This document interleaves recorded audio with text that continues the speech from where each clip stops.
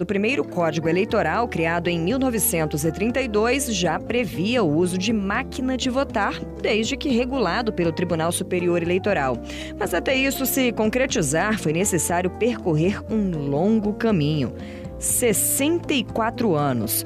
Nessas pouco mais de 6 décadas, o processo de votação não foi nada fácil.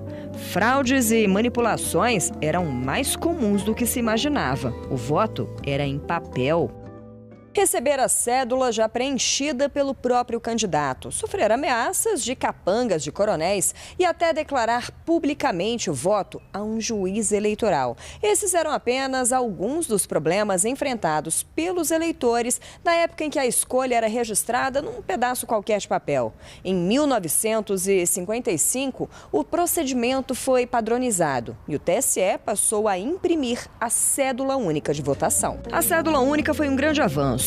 Ainda assim, havia brechas para manipulações. Este historiador explica que o voto era completamente manual, o que aumentava as chances de algo dar errado. No caso de um escrutinador, né, de uma pessoa que conta os votos mal intencionada. Se o voto viesse em branco, por exemplo, que vinha um papel em branco. Se ele fosse mal intencionado e se ninguém visse, ele poderia colocar ali o nome do seu candidato. Outra coisa, as distâncias eram muito grandes, né, e todos os votos eram levados em papel. Essa demora nessa apuração também poderia haver perda de urnas, poderia haver perda poderia se extraviar, poderia alguém não levar, né, era muito isolado e não tinha justamente essa comunicação que a gente tem hoje.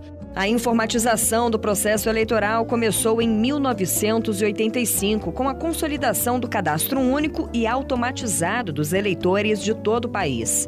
9 anos mais tarde, o TSE realizou pela primeira vez o processamento eletrônico do resultado das eleições gerais. A revolução tecnológica teve seu auge pouco tempo depois, em 1996, quando a urna eletrônica foi usada pela primeira vez.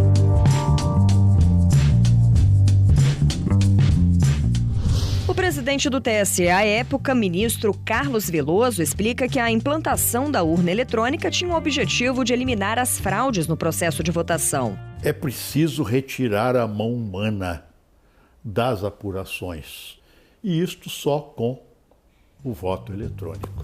Os votos de mais de 32 milhões de brasileiros, um terço do eleitorado naquele ano, foram coletados e totalizados por mais de 70 mil urnas. 57 cidades com mais de 200 mil eleitores utilizaram um novo equipamento idealizado pela Justiça Eleitoral brasileira.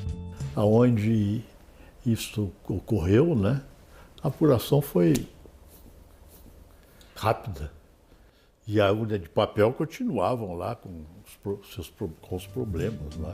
Deu tão certo que não demorou muito para que as urnas fossem levadas para todo o Brasil. Em 2001 foi realizada a primeira eleição totalmente informatizada. Paulo Camarão fez parte do grupo que criou a urna eletrônica. Ele também era o secretário de Tecnologia da Informação do TSE e destaca as tentativas de implementação do voto impresso.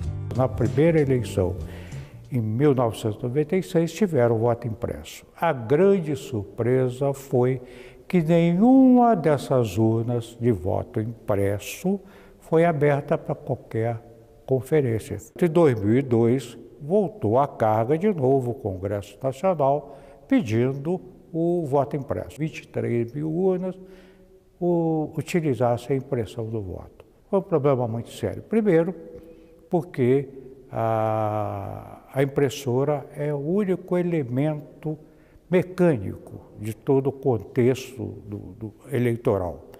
E quebrou muita impressora. Desde então, diferentes recursos tecnológicos foram inseridos nas urnas eletrônicas, sempre com o mesmo propósito: dar transparência e segurança ao processo.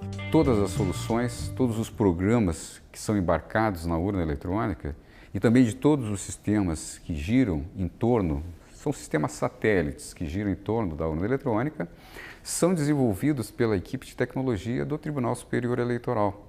Nada é desenvolvido fora. Criptografia, assinatura digital dos programas, lacração de sistema, votação paralela, auditoria, identificação biométrica. Avanços tecnológicos que agregaram segurança aos equipamentos que podem ser auditados a qualquer tempo. Segundo o secretário de Tecnologia da Informação do TSE, nesses 23 anos, nenhum caso de suspeita de fraude foi comprovado. Com todos esses resultados, com toda essa história, houve e há um reconhecimento do mundo com relação a esse trabalho.